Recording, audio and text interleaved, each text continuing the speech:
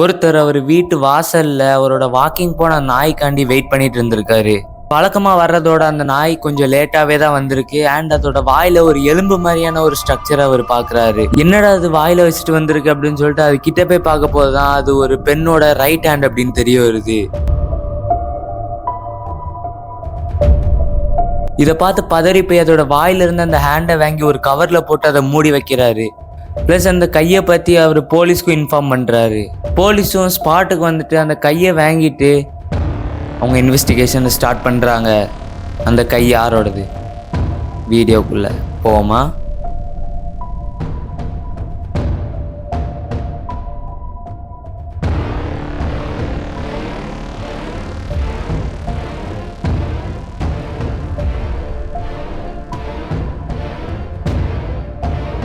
August 7, 1972 கரெக்டாக Monday afternoon அப்போ Springfield township ஒரு ரோட்ல ஒரு பொண்ணு நடந்து போயிட்டு இருக்கா. அந்த பொண்ணு தான் 16 வயசான ஜெனட் டிபால்மா. அந்த பொண்ணு போடுற வழியில அவங்க அம்மா கிட்ட ஃபோன் பேசிட்டேமா நான் என் ஃப்ரெண்டு வீட்டுக்கு தான் போறேன் அப்படின்னு சொல்லிட்டு தான் பேசிட்டே போறா. அதுக்கப்புறம் நான் இப்போ ட்ரெயின் ஏற போறேம்மா அப்படின்னு சொல்லிட்டு கட் பண்ணிட்டா. அந்த நாள் ஈவினிங் வரைக்கும் அவங்க பேரண்ட்ஸ் வெயிட் பண்ணி பார்க்குறாங்க. பட் ஜெனட் வரவே இல்லை.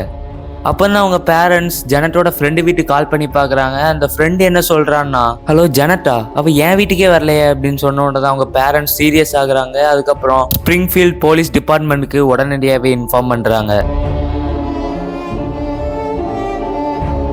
அண்ட் அங்கேருந்து தான் போலீஸ் அவங்களோட இன்வெஸ்டிகேஷனை ஆரம்பிக்கிறாங்க. அப்போ தான் நம்ம இன்ட்ரோவில் பார்த்த சீன் அங்கே நடக்குது.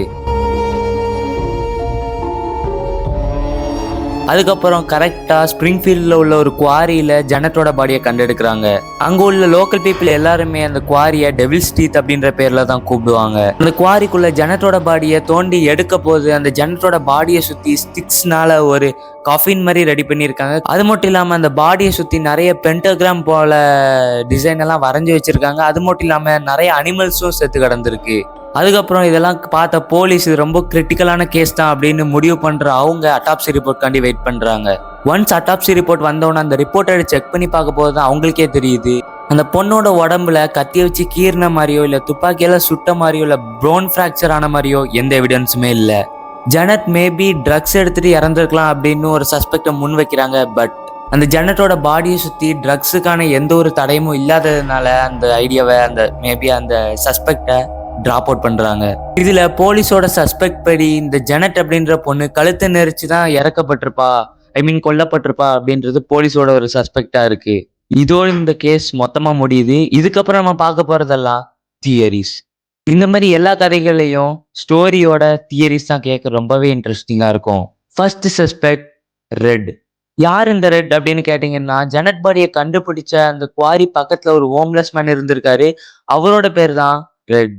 அங்க உள்ள லோக்கல் பீப்புள்ஸ் எல்லாரும் தான் சேர்ந்து இவனுக்கு ரெட் அப்படின்ற ஒரு பேரை வச்சிருக்காங்க. கரெக்டா ஜெனட் காணாம போய் ஃபியூ செகண்ட்ஸ்லயே இந்த ஹோம்லெஸ் மேன் அந்த குவாரிக்குள்ள ஓடினதா சொல்லப்படுது. இதனால மக்கள் எல்லாருமே இந்த ரெட் அப்படின்ற இவன் தான் அந்த ஜெனட்டை கொண்டிருப்பான் அப்படின்ட்டு போலீஸ் மத்தியில மக்கள் இந்த ஸ்டேட்மெண்ட்டை வைக்கிறாங்க. பட் லேட்டரா யூனியன் கவுண்டி இந்த ரெட் அப்படின்றவனுக்கும் இந்த கேஸ்க்கும் சம்மந்தமே இல்லை அப்படின்னு அனௌன்ஸ் பண்ணிடுறாங்க. அதுக்கப்புறம் நம்ம பார்க்க போற செகண்ட் தியரி விச்சஸ், சூனியக்காரர்கள். இதுவும் பீப்புள் சொல்ற ஒரு தியரி தான். சம்பவம் 1972 நடந்திருக்கு அப்படின்றதுனால அங்க சோசியல் மீடியாஸ் அந்த அளவுக்கு பெரிதளவுல இருக்காது. ஸோ அங்க வந்து மூட நம்பிக்கைகளும் அதிகமா இருக்கும், சூனியக்காரர்களும் அதிகமாவே இருப்பாங்க அப்படின்றது பீப்புளோட நம்பிக்கை. ஜெனட்டோட பாடியை கண்டுபிடிக்க போது சுத்தி நிறைய டெட் அனிமல்ஸ் எல்லாம் இருந்திருக்கு. அது மட்டும் இல்லாம பென்டகிராம்லாம் சுத்தி வரைஞ்சிருக்கு. இதை வச்சு பார்க்க போது ஜெனட்டை யாராவது பறி கொடுத்துருக்கணும், அப்படி இல்லாட்டி சடங்குகள் ஏதாவது பண்ணியிருக்கலாம். இதெல்லாம் வந்து கண்டிப்பா சூனியக்காரர்களோட வேலை தான், அப்படி இல்லாட்டி கல்ட்டு குரூப்போட வேலையா இருக்கும் அப்படின்னு பீப்புள் முன் வைக்கிறாங்க. கிட்டத்தட்ட 52 வருஷம் ஆகியும் இப்போதைக்கு இது ஒரு அன்சால்வ்டு கேஸாவே தான் இருக்கு. இந்த கேஸை பார்த்து நான் உங்கள்கிட்ட சொல்ல வர கருத்து என்னன்னா, இந்த மாதிரி 16 வயசு பிள்ளைங்க இல்லாட்டி டீனேஜ் பிள்ளைங்களெல்லாம் வெளியே அனுப்பாம இருக்கிறதே நல்லது அப்படின்றது என்னோட ஒப்பீனியன். இந்த வீடியோ பிடிச்சிருந்துச்சுன்னா மறக்காம லைக் ஷேர் சப்ஸ்கிரைப்லாம் பண்ணிக்கோங்க. உங்களை அடுத்த வீடியோல சந்திக்கிற வரைக்கும் பாய்.